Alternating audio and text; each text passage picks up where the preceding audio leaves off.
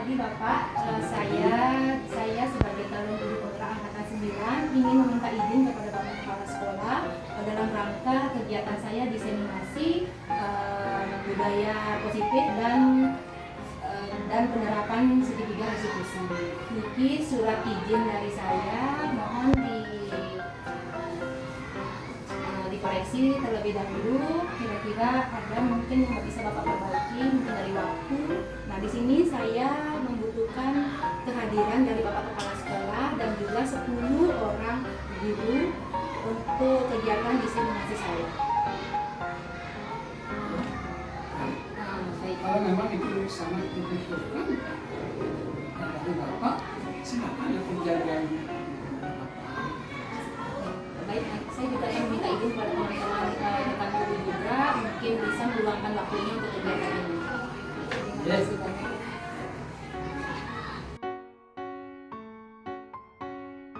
Selamat datang para peserta diseminasi pembiasaan budaya positif dan penerapan segitiga restitusi di SD Negeri 1 Karangasem. Yang terhormat Bapak Kepala Sekolah SD Negeri 1 Karangasem yang dalam hal ini diwakili oleh Bapak Wakil Kepala Sekolah. Yang saya cintai Bapak dan Ibu Wali Kelas SD Negeri 1 Karangasem. Izinkan saya mengucapkan pangan dari umat. Om Swastiastu. Salam sejahtera untuk kita semua. Salam dan bahagia. Atas asum kerta waranugraha, puji syukur kehadirat Tuhan Yang Maha Esa, kita bisa berkumpul di sini dalam keadaan sehat dan bahagia. Untuk mengawali kegiatan kita pada pagi hari ini, marilah kita berdoa menurut agama dan kepercayaan kita masing-masing, agar kegiatan ini berjalan dengan lancar. Kepada para peserta dimohon untuk berdiri.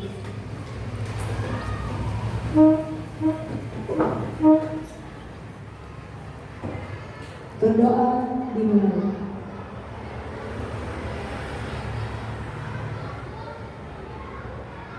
Berdoa selesai.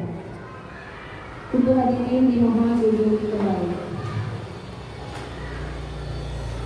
Adapun susunan kegiatan pada pagi hari ini adalah yang pertama pembukaan, yang kedua sambutan Bapak Kepala Sekolah yang pada hari ini diwakili oleh Bapak Wakil Kepala Sekolah dan sekaligus membuka kegiatan diseminasi pembiasaan budaya positif dan penerapan segitiga restitusi di SD Negeri 1 Karangasem. Yang ketiga, disiplin positif dan nilai-nilai kebajikan universal, teori motivasi, hukuman dan penghargaan, keyakinan kelas, 5 kebutuhan dasar manusia dan dunia berkualitas, 5 posisi kontrol dan segitiga restitusi. Terakhir dengan acara penutup. Untuk mempersingkat waktu, acara dibuka dengan sambutan Bapak Kepala Sekolah yang dalam hal ini diwakili oleh Bapak Wakil Kepala Sekolah. Untuk waktu kami persilakan.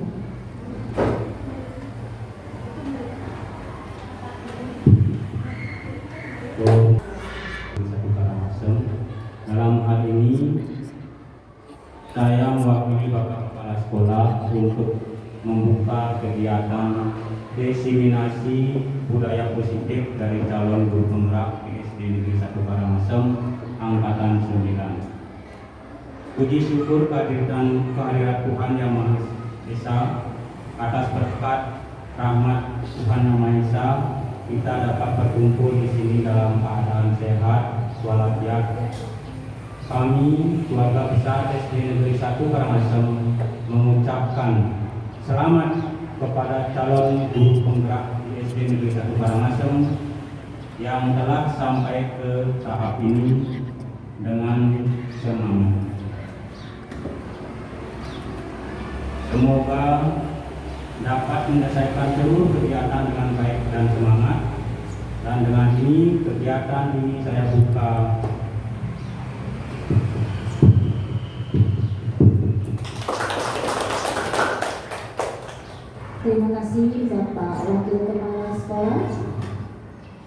Acara akan saya lanjutkan dengan pemaparan budaya positif dan penerapan segitiga restitusi.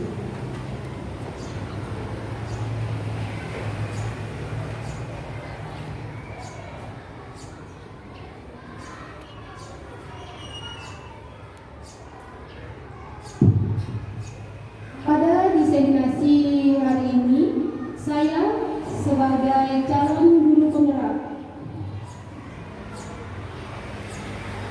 Angkatan 9 dari SD Negeri 1 Karangasem, Bali. Perkenalkan, nama saya Nimade Srimani.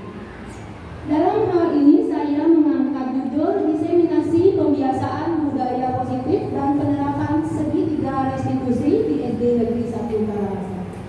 Adapun tujuan dari diseminasi ini adalah mengimplementasikan pembiasaan budaya positif di lingkungan sekolah untuk menumbuh kembangkan motivasi intrinsik warga sekolah dan penerapan segitiga restitusi. Adapun budaya positif terbagi menjadi yang pertama disiplin positif dan nilai-nilai kebajikan universal, teori motivasi hukuman dan penghargaan, kebutuhan dasar manusia dan dunia berkualitas, 5 posisi kontrol sebagai guru, dan segitiga restitusi. Apakah makna budaya positif? Apa contoh penerapan positif yang telah kita terapkan?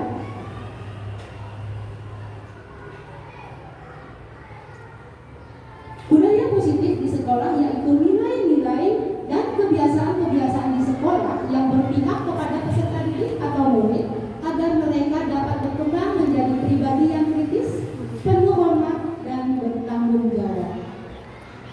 Kita akan kembali flashback kembali ke filosofi pemikiran Ki Hajar Dewantara tentang pendidikan nasional.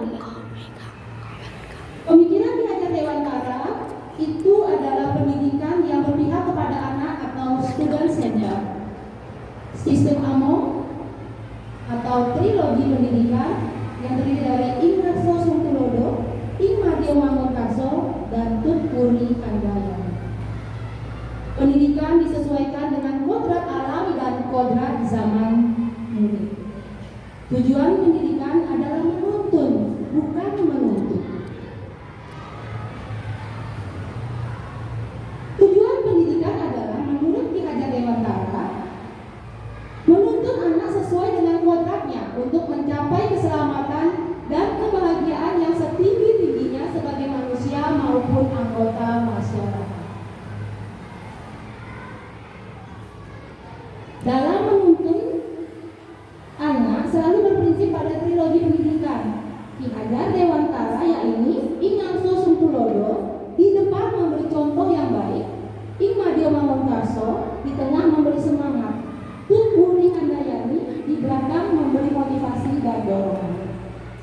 Dapat disimpulkan bahwa dasar pemikiran Ki Hajar Dewantara yaitu menuntun sesuai dengan kodrat anak yaitu kodrat alam dan kodrat zaman masa kini, merdeka secara lahir dan batin, berpihak kepada anak atau student center, bukan tabula rasa. Nah, kita guru sebagai petani kehidupan, di mana kita bisa menuntun tumbuh kembangnya suatu tumbuhan yang kita tanam, dalam hal ini adalah murid kita sendiri. Kita tidak bisa menuntut tanaman jagung menjadi tanaman padi. Kita hanya bisa merawat dan menuntun hingga tumbuh dan berkembang menjadi tanaman yang bermanfaat bagi kita.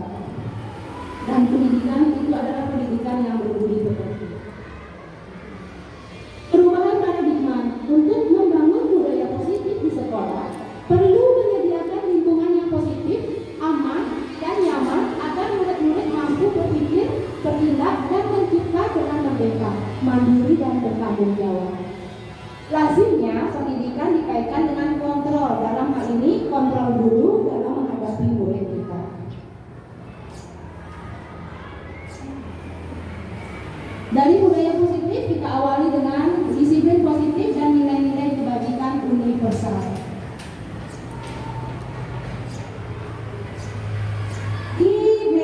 Bapak Ibu sudah saya bagikan nilai-nilai kebajikan, bisa dibaca nilai-nilai kebajikan di sana. Nah, coba kita praktekkan. Cobalah buka. Di sana Bapak Ibu melakukan kegiatan, Bapak Ibu sebagai A dan temannya Bapak Ibu yang sebelah sebagai B. Tugas Bapak Ibu yang sebagai A mengepalkan satu tangan Bapak Ibu, di mana di dalam kepalan tangan Bapak Ibu itu terdapat barang yang sangat berharga. Nah, teman Bapak Ibu yang dalam hal ini adalah B itu akan mencoba untuk membuka gemalan atau genggaman tangan Ibu dengan berbagai cara. Bisa membujuk, menghardik, mengintimidasi, memarahi, dan menggoda, menggelitik, bahkan menawari Anda uang agar bersedia membuka kepalan tangan Anda.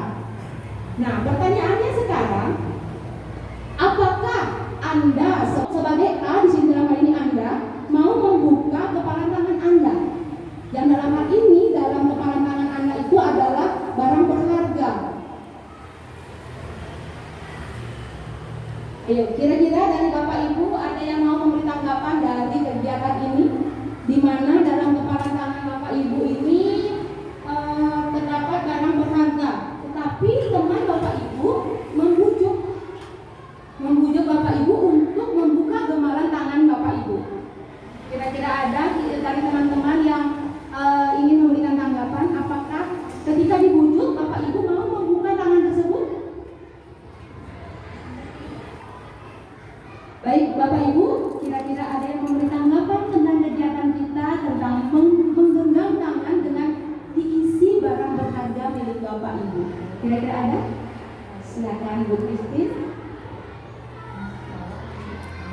Saya tidak akan melepas apa yang saya genggam, karena menurut saya yang saya genggam ini adalah barang berharga. Jadi akan saya jaga sebaik mungkin. Siapapun yang memaksa, saya tidak akan memberi dan saya tidak akan membuka genggaman tangan saya. Terima kasih. Terima kasih Bu Christine. Jadi menurut kegiatan kita hari ini bahwa barang berharga dalam genggaman tangan kita itu adalah murid kita, di mana mereka adalah anak-anak unik yang memiliki beragam kegiatan, beragam pemikiran. Jadi kita sebagai guru itu harus berpusat kepada murid. Kita harus menghamba. Dalam hal ini bukan menghamba itu bukan menunduk kepada murid, tetapi kita itu sebagai memfasilitasi apa-apa yang mereka butuhkan di sekolah ini sebagai kegiatan pembelajaran mereka.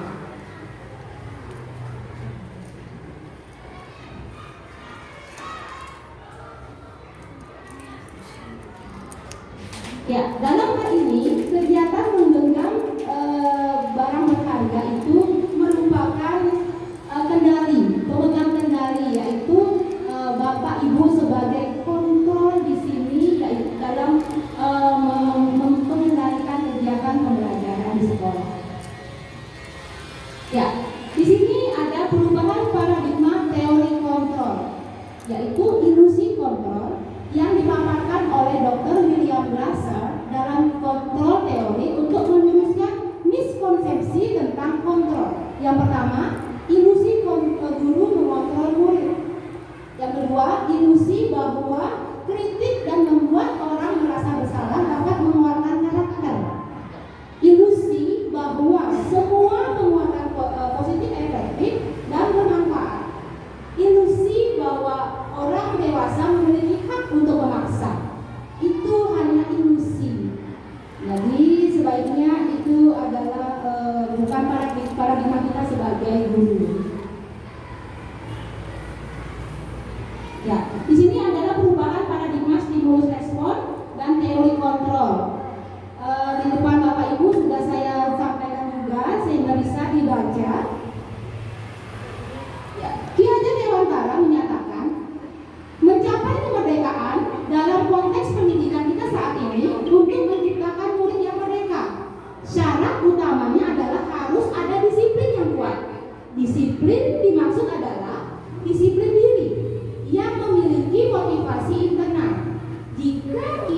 tidak memiliki motivasi internal, maka kita memerlukan pihak lain untuk mendisiplinkan kita, atau motivasi eksternal, karena berasal dari luar, bukan dari dalam diri kita sendiri.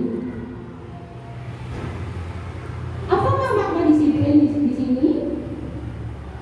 Karena disiplin sering dikaitkan dengan tata tertib, teratur, dan kepatuhan kepada peraturan. Kata disiplin juga sering dihubungkan dengan hukuman. Padahal itu sungguh berbeda, karena belajar dengan disiplin tidak harus dengan memberikan hukuman. Ya, ini adalah nilai-nilai kebajikan. Nilai-nilai kebajikan yang disepakati bersama lepas dari suku, bangsa, agama, bahasa maupun latar belakang.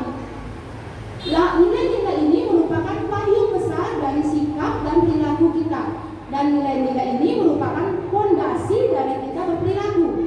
Nilai-nilai kebajikan adalah sifat-sifat positif manusia yang merupakan tujuan mulia yang dicapai setiap individu. Seperti yang telah dikemukakan oleh Dr. William Russell pada teori kontrol pada tahun 1984, menyatakan bahwa setiap perbuatan memiliki suatu tujuan, dan selanjutnya Diane Kossen pada 1998 mengemukakan bahwa dengan mengaitkan nilai-nilai kebajikan yang diyakini seseorang, maka motivasi intrinsipnya adalah terbangun sehingga menggerakkan motivasi dari dalam untuk mencapai tujuan mulia yang diinginkan. Berikut adalah nilai-nilai yang diyakini dan sepakati dari 6 program. Dalam hal ini profil pelajar Pancasila yang sudah kita terapkan di sekolah kita termasuk salah satu dari nilai-nilai kebajikan tersebut.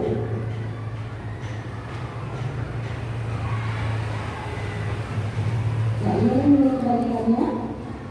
Teori motivasi perilaku manusia. Motivasi ini berasal dari motivasi internal dan motivasi eksternal, yang dimana untuk menghindari ketidaknyamanan atau hukuman, apa yang akan terjadi apabila saya tidak melakukannya, itu merupakan motivasi eksternal. Untuk mendapatkan imbalan dari orang lain atau institusi, apa yang akan saya dapatkan apabila saya melakukannya merupakan motivasi eksternal. Untuk menghargai diri sendiri, menjadi insan sesuai dengan harapan kita, saya akan menjadi orang yang seperti apa bila saya melakukannya. Itu merupakan motivasi internal atau tujuan disiplin positif. Teori motivasi hukuman dan penghargaan. Motivasi perilaku manusia di sini Diane Kossen dalam bukunya Restructuring School Discipline menyatakan 3 motivasi perilaku manusia. Yang pertama, untuk menghindari ketidaknyamanan atau hukuman. Yang kedua, untuk mendapatkan imbalan atau penghargaan dari orang lain. Yang ketiga, untuk menjadi orang yang merdeka, yang mereka inginkan, dan menghargai diri sendiri dengan nilai-nilai yang mereka percaya. Ya, untuk menghindari ketidaknyamanan atau hukuman. Ini adalah tingkat terendah dari motivasi perilaku manusia. Biasanya orang yang memotivasi perilakunya untuk menghindari hukuman dan ketidaknyamanan akan bertanya apa yang akan terjadi apabila saya tidak melakukannya. Sebenarnya mereka sedang menghindari permasalahan yang mungkin muncul dan berpengaruh pada mereka saat secara fisik, psikologis tidak terpenuhinya kebutuhan mereka bila mereka melakukan tindakan tersebut. Memotivasi bersifat eksternal. Yang kedua, untuk mendapatkan imbalan atau penghargaan. Satu tingkat di atas motivasi yang pertama. Di sini orang yang berperilaku untuk mendapatkan imbalan atau penghargaan dari orang lain, orang dengan motivasi ini akan bertanya, apa yang akan saya dapatkan apabila saya melakukannya? Mereka melakukan sebuah tindakan untuk mendapatkan pujian dari orang lain. Menurut mereka, yang menurut mereka penting, dan mereka letakkan dunia berkualitas mereka. Mereka juga melakukan untuk mendapatkan hadiah, pengakuan eksternal. Yang ketiga, untuk menjadi orang yang mereka inginkan dan menghargai diri sendiri dengan nilai-nilai yang mereka percaya. Orang dengan motivasi ini akan bertanya, akan menjadi orang yang seperti apa apabila saya melakukannya? Mereka melakukan sesuatu karena nilai-nilai yang mereka yakini dan hargai, dan mereka melakukannya karena mereka ingin menjadi orang yang memiliki nilai-nilai yang mereka yakini tersebut.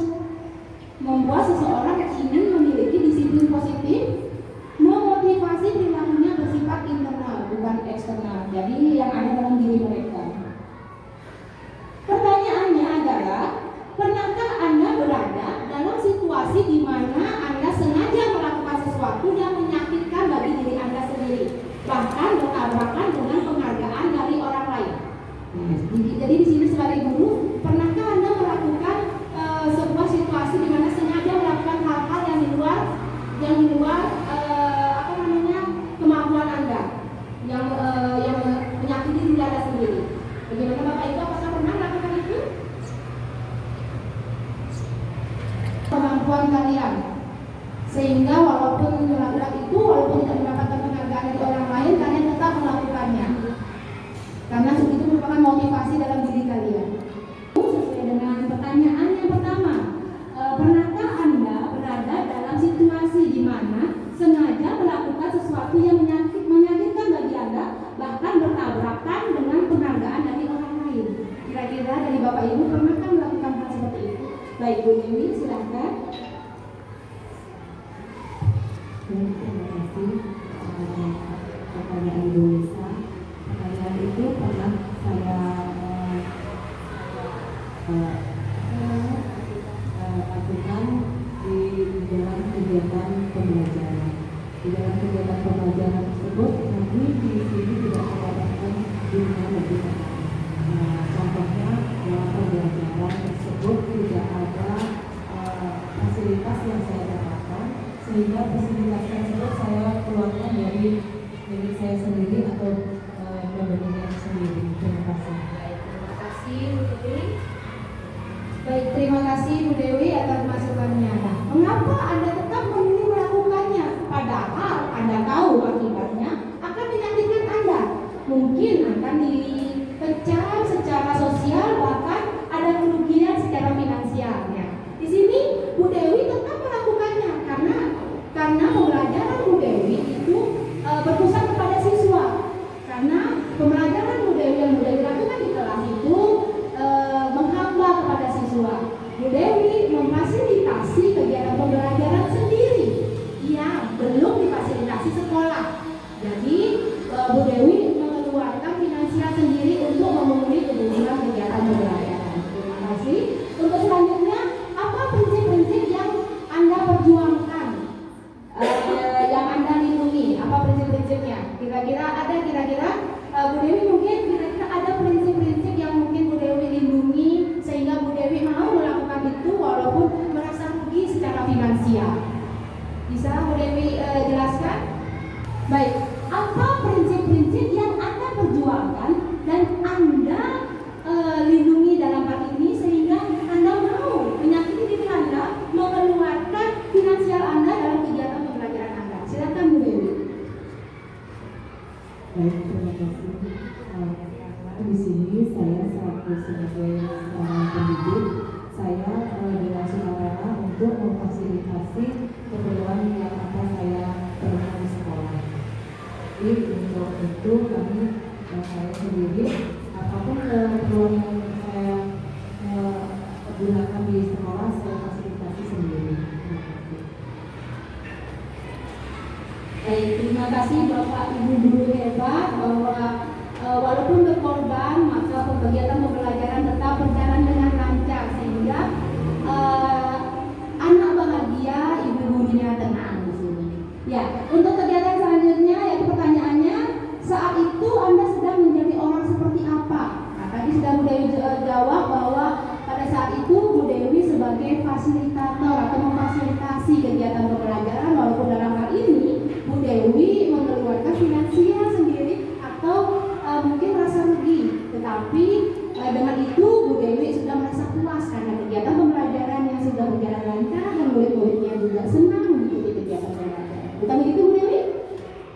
Baik, terima kasih. Kita lanjutkan. Keyakinan kelas. Di sini di masing-masing kelas Bapak Ibu mungkin sudah membuat yang namanya peraturan kelas, terus sudah membuat yang namanya kesepakatan kelas di awal tahun kegiatan pembelajaran. Nah, di sini kita ada hal baru yang namanya keyakinan kelas. Apa itu keyakinan kelas? Keyakinan kelas adalah nilai-nilai kebajikan atau prinsip-prinsip universal yang disepakati bersama secara universal, lepas dari latar belakang suku, negara, bahasa, maupun agama. Menurut Gosser tahun 1998, suatu keyakinan akan lebih memotivasi seseorang dari dalam atau intrinsik. Seseorang akan lebih bersemangat untuk menjalankan keyakinannya daripada hanya sekedar mengikuti serangkaian peraturan dengan sanksi-sanksi yang ada. Nah, di sini ada pembentukan keyakinan. Saya nanti akan meminta Bapak Ibu untuk menuliskan. Nah, di meja Bapak Ibu itu sudah saya foto peraturan dan kesepakatan di masing-masing kelas Bapak Ibu yang saya sudah print juga. Jadi, nah dari peraturan tersebut Bapak Ibu saya minta untuk menuliskan apakah ada dari kalimat-kalimat peraturan yang sudah dibuat itu yang kalimat-kalimat masih berupa kalimat perintah.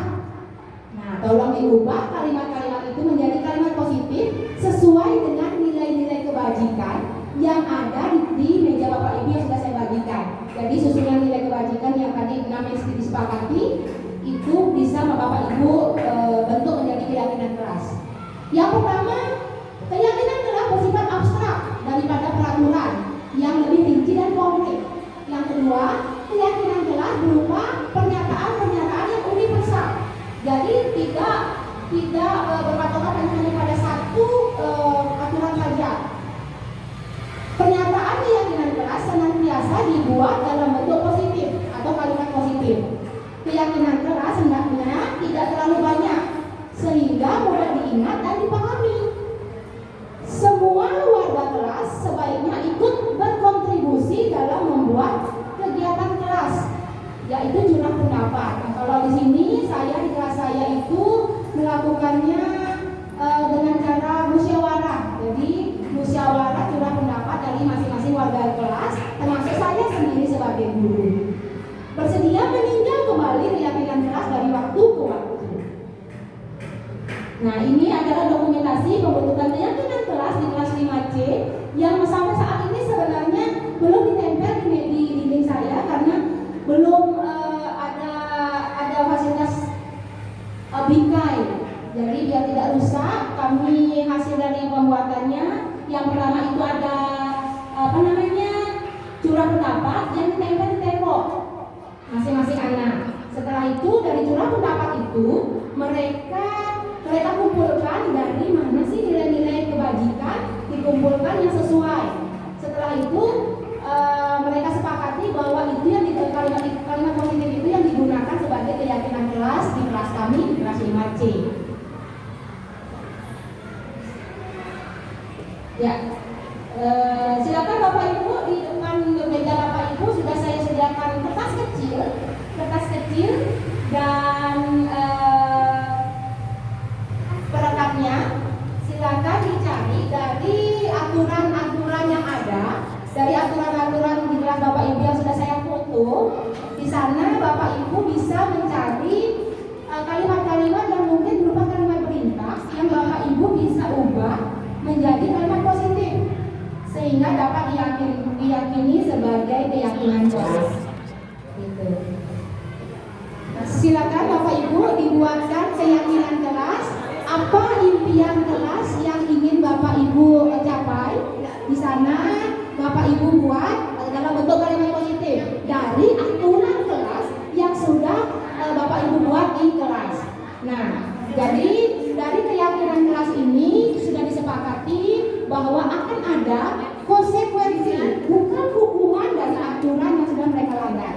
Seperti itu.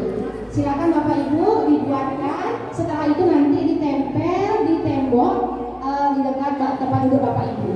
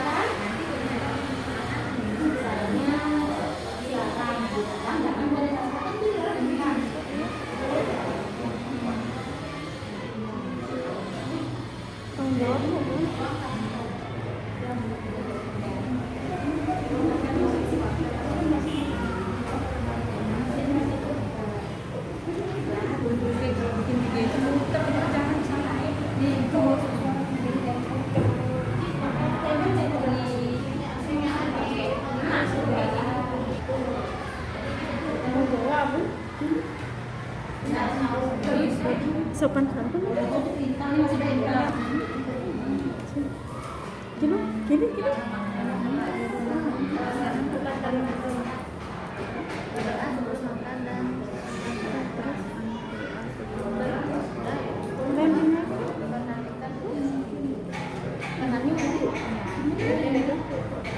Mendengarkan penjelasan dulu. Mendengarkan penjelasan dulu. Ya, kalau memperhatikan mendengar. Sudah, silakan hasilnya boleh ditempel, dikumpulkan. Nanti kita akan sepakati kira-kira yang mana yang bisa dijadikan patokan.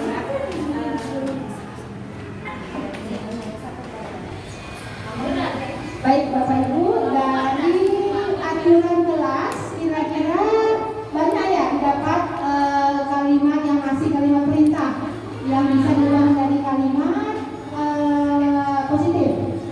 Ada ya dari kelompok sini 3. Baik dari kelompoknya itu Desa ada berapa?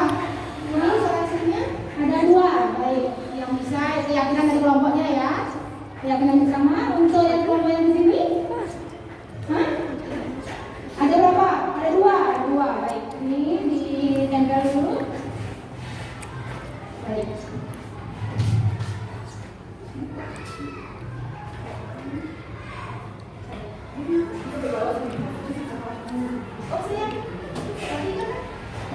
Speaking dulu yuk sekarang ya.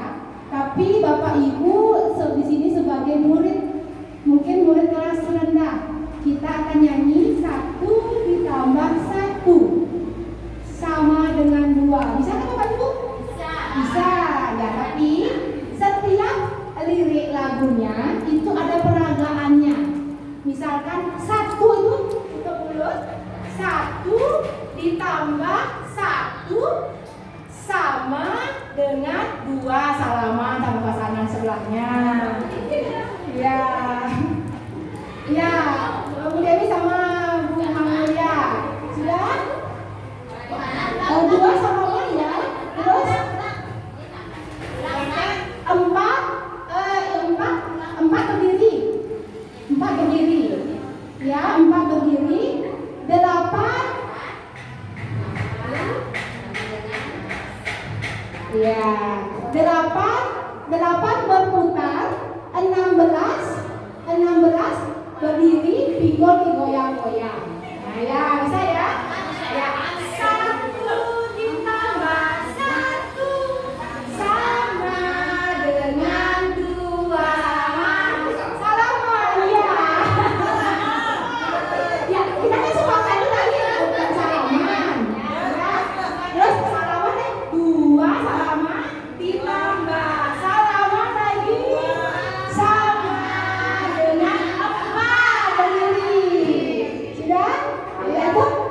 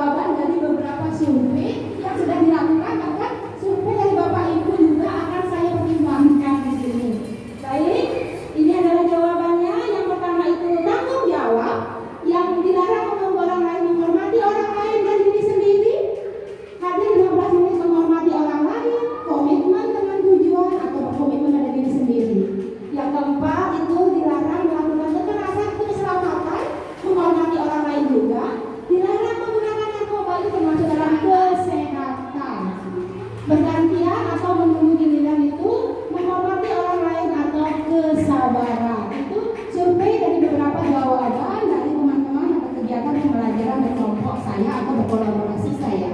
Nah, jawaban dari Bapak Ibu akan saya pertimbangkan dalam jawaban ini yang akan nanti saya kumpulkan dengan kegiatan saya sebagai calon guru penggerak.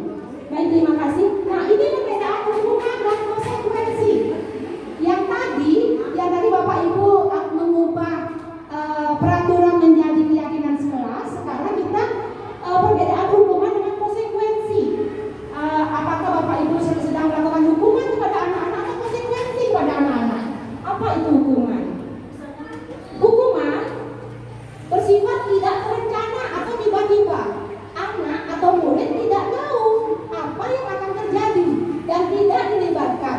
Hukuman bersifat satu arah dari pihak guru yang memberikan, murid yang menerima suatu hukuman tanpa melalui suatu kesepakatan atau pengarahan dari pihak guru, baik sebelum atau sesudahnya hukuman diberikan bisa berupa fisik atau maupun psikis murid atau anak disakiti dalam suatu perbuatan atau kata-kata. Kata-kata pun juga dalam bentuk hukuman. Nah, konsekuensi disiplin dalam bentuk konsekuensi sudah terencana atau sudah disepakati, sudah dibahas dan disetujui oleh murid dan guru. Umumnya bentuk-bentuk konsekuensi dibuat oleh pihak guru atau sekolah. Murid sudah mengetahui sebelumnya konsekuensi yang sudah diterima. Bila ada pelanggar, pada konsekuensi murid dibuat tidak nyaman untuk jangka waktu pendek saja. Konsekuensinya biasanya diberikan berdasarkan suatu data yang umumnya dapat diukur. Misalnya setelah 3 kali tugasnya tidak diselesaikan pada batas waktu yang diberikan, atau murid melakukan kegiatan di luar kegiatan pembelajaran, misalnya mengobrol, terus murid akan diberikan waktu bermain, harus menyelesaikan tugas karena ketinggalannya. Peraturan dan konsekuensi yang diikuti ini sudah diketahui sebelumnya oleh murid, sehingga guru di sini senantiasa hanya sebagai untuk memonitor murid itu. Nah, baik Bapak Ibu, dari hukuman dan konsekuensi yang tadi, dari pernyataan berikut yang mana merupakan konsekuensi, yang mana merupakan hukuman. Baik, yang pertama, mencatat 100 kali dalam buku kalimat. Saya tidak akan terlambat lagi karena terlambat ke sekolah. Termasuk apa? Konsekuensi atau hukuman? Mencatat 100 kali dalam buku bahwa saya tidak akan terlambat lagi. Hukuman atau konsekuensi? Hukuman. Yang kedua, lari mengelilingi lapangan basket 2 kali karena terlambat ke sekolah. Hukuman. Membersihkan coretan yang dibuat di meja tulis. Konsekuensi. Murid diminta untuk push up 15 kali karena tidak menggunakan masker sekolah. Hukuman. Menggantikan kertas tugas teman yang telah dicoret-coret. Konsekuensi. Berjemur di lapangan basket belum 12 siap karena mengobrol dengan teman. Baik, kita lihat jawaban teman-teman. Baik, hukuman, membersihkan coretan konsekuensi, push up hukuman, menggantikan kertas itu konsekuensi, dan berjemur di lapangan itu hukuman. Baik, terima kasih Bapak Ibu. Dari di sini Bapak Ibu sudah memahami tentang apa itu hukuman dan apa itu konsekuensi. Terima kasih.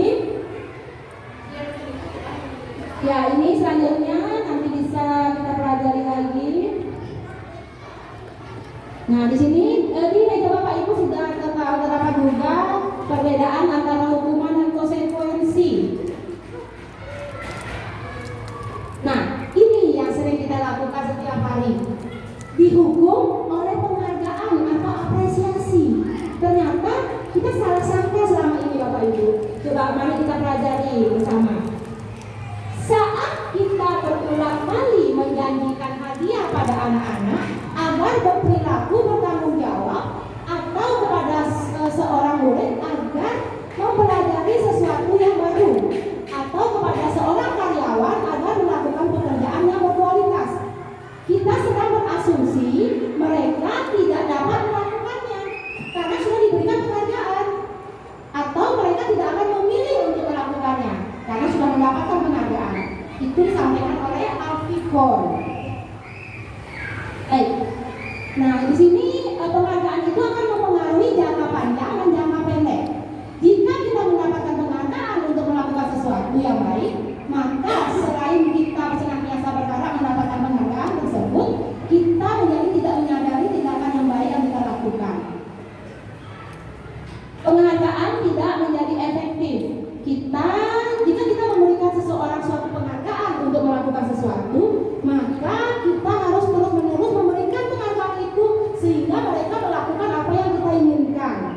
Gitu. Jadi penghargaan itu menjadi tidak efektif. Jadinya mereka hanya menunggu penghargaan baru mau melakukan sesuatu. Penghargaan merusak hubungan. Ketika seseorang diberi penghargaan atau dipuji di depan orang banyak, maka yang lain akan merasa iri. Sebagian dari mereka akan tidak menyukai orang yang diberikan penghargaan tersebut. Sebenarnya itu sendiri kita lakukan dalam kegiatan pembelajaran kita. Penghargaan mengurangi ketepatan. Anak-anak yang mendapatkan permen saat jawabannya banyak yang tidak tepat dibandingkan anak-anak yang hanya diberitahu jawabannya benar. Jadi saat mereka diberikan penghargaan atau hadiah, kebanyakan jawaban mereka tidak benar daripada mereka yang tidak mendapatkan hadiah atau penghargaan. Seperti itu. Penghargaan menurunkan kualitas. Ada beberapa mahasiswa atau mahasiswi yang dibayar untuk setiap judul berita utama yang mereka mampu hasilkan.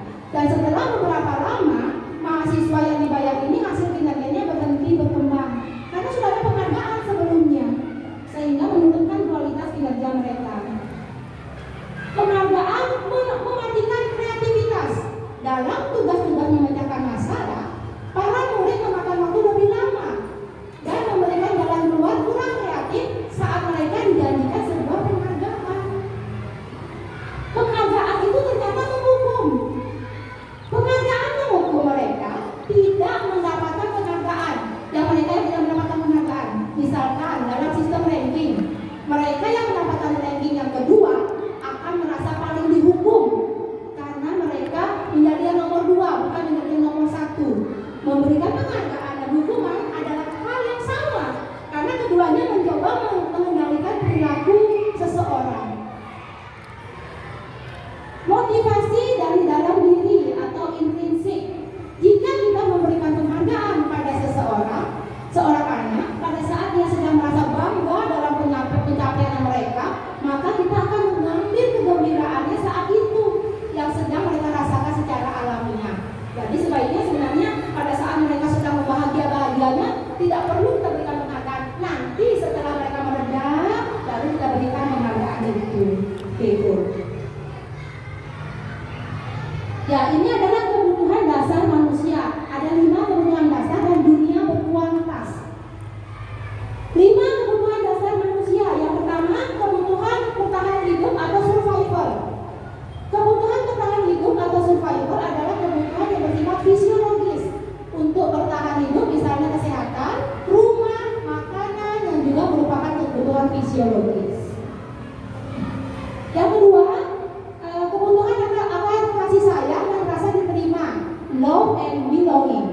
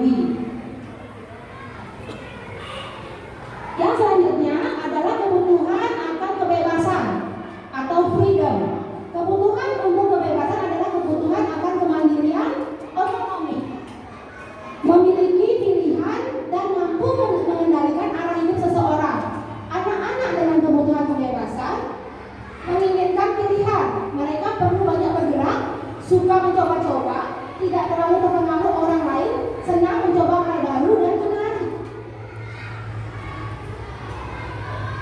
Yang terakhir adalah kebutuhan akan kesenangan atau kebutuhan untuk rasa senang atau fun. Kebutuhan akan kesenangan adalah kebutuhan untuk mencari kesenangan, bermain, dan tertawa. Bayangkan hidup tanpa kenikmatan apapun, betapa menyedihkan. Dilanjutkan dengan dunia berkualitas. Apa itu dunia berkualitas? Dunia berkualitas adalah tempat khusus yang ada dalam pikiran Anda. Tempat Anda menyimpan gambaran-gambaran representasi dari semua yang Anda inginkan. Bisa berisi orang-orang, hal-hal, dan apa saja yang terbaik dalam hidup Anda. Dan membuat Anda merasa bahagia dan terpenuhinya kebutuhan dasar Anda. Dr. William Glasser menyebutkan seperti semacam album foto sehingga isinya tidak akan terlalu banyak, hanya akan terdiri dari beberapa hal saja yang sangat signifikan dan benar-benar terbaik dalam hidup Anda. Anda yang membuat hidup Anda menjadi lebih bermakna. Kebutuhan dasar bersifat lebih umum dan universal, sedangkan dunia berkualitas lebih personal.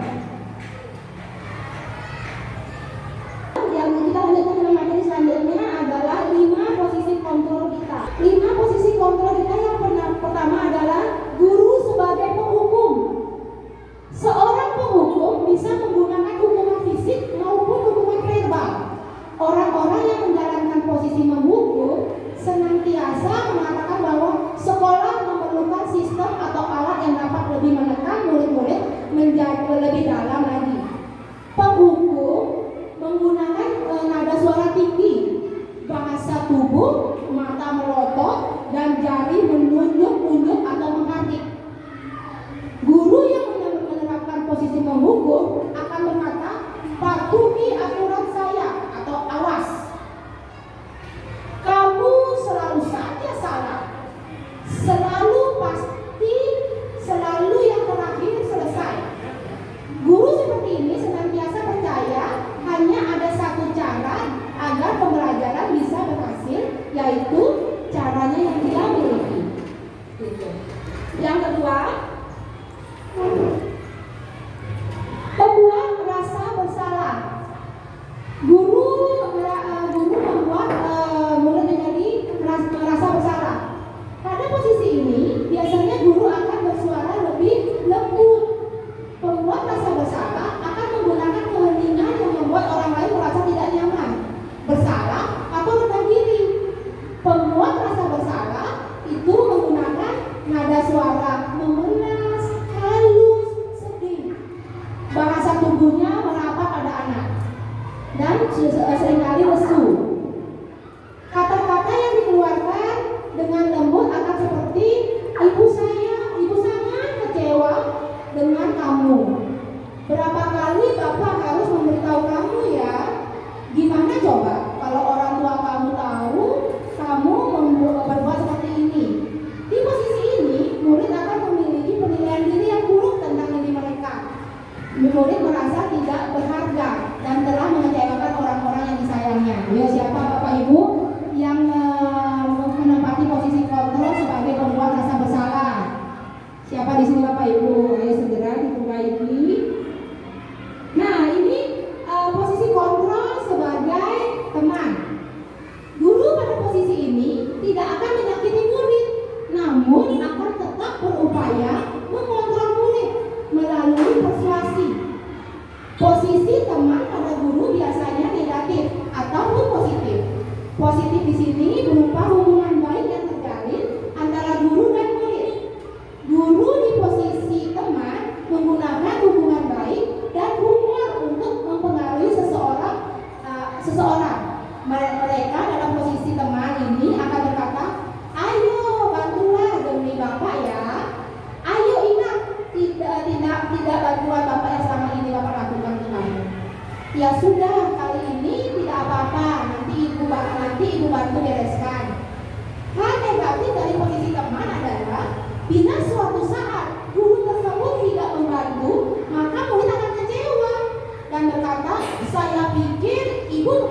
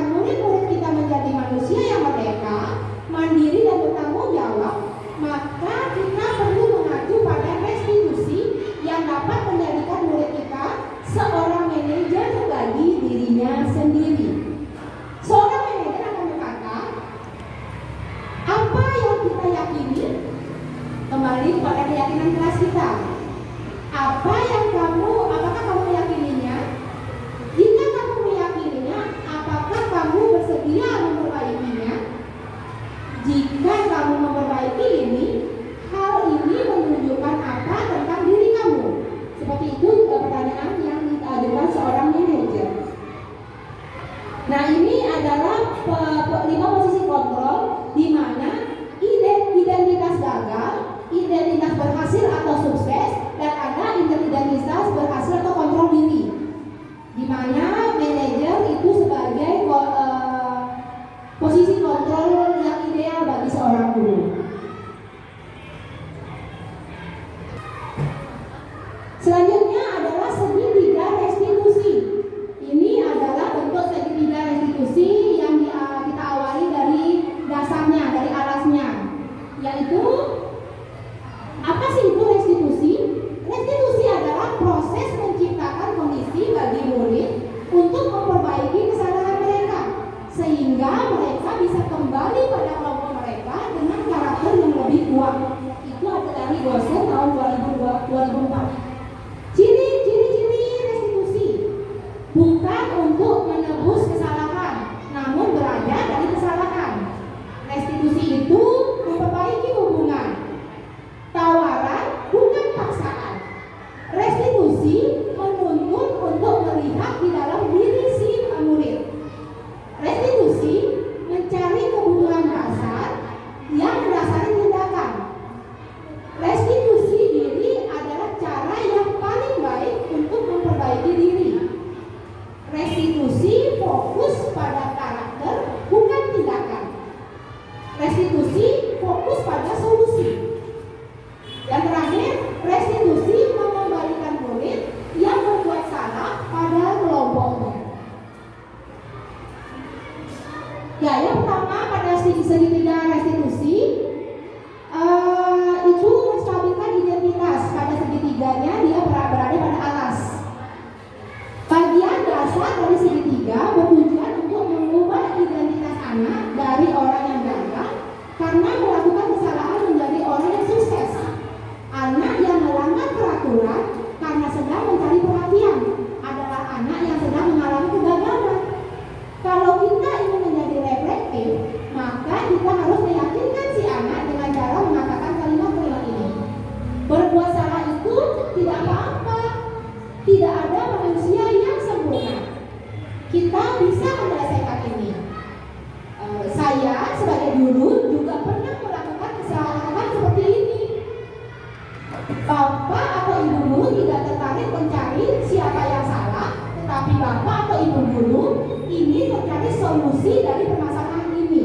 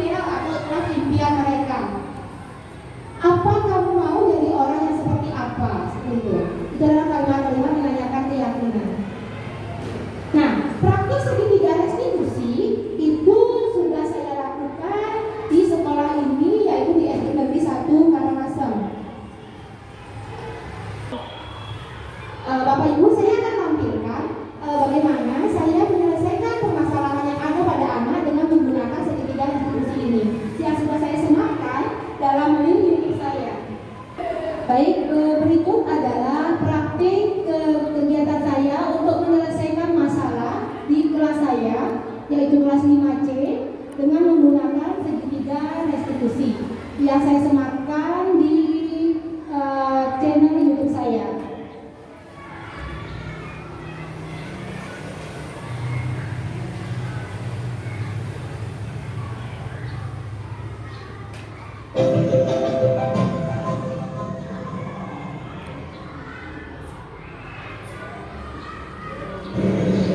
Salam dan bahagia. Perkenalkan, saya Nina Desti Mahendri, calon guru penggerak angkatan 9 dari SD Negeri 1 Karangasem, Bali. Pada agenda ini, saya akan menampilkan praktik segitiga restitusi. Selamat menikmati.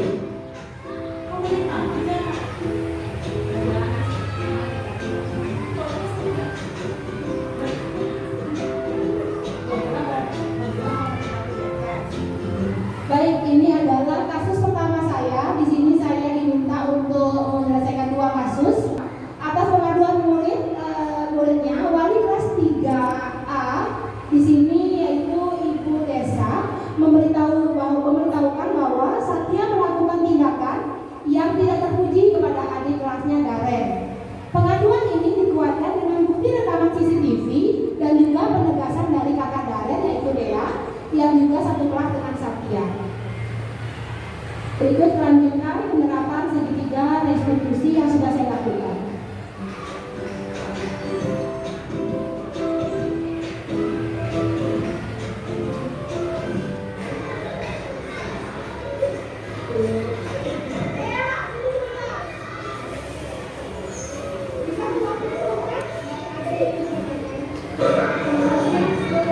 Om Swastiastu.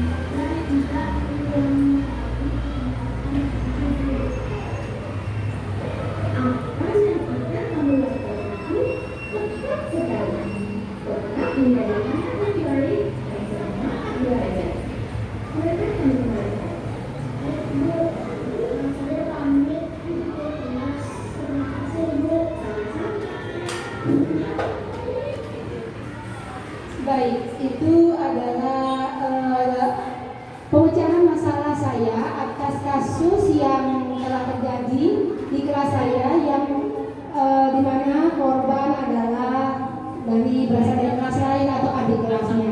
Jadi dengan ini saya menyelesaikannya tanpa melakukan penyelesaian dari secara fisik. Saya hanya melakukan dengan menggunakan segitiga restitusi yang menempatkan posisi kontrol saya sebagai manajer di sini. Baik, untuk mengakhiri kegiatan kita pada pagi hari ini, yaitu diseminasi pembiasaan budaya positif dan penerapan segitiga restitusi di SD Negeri 1 Karangasem.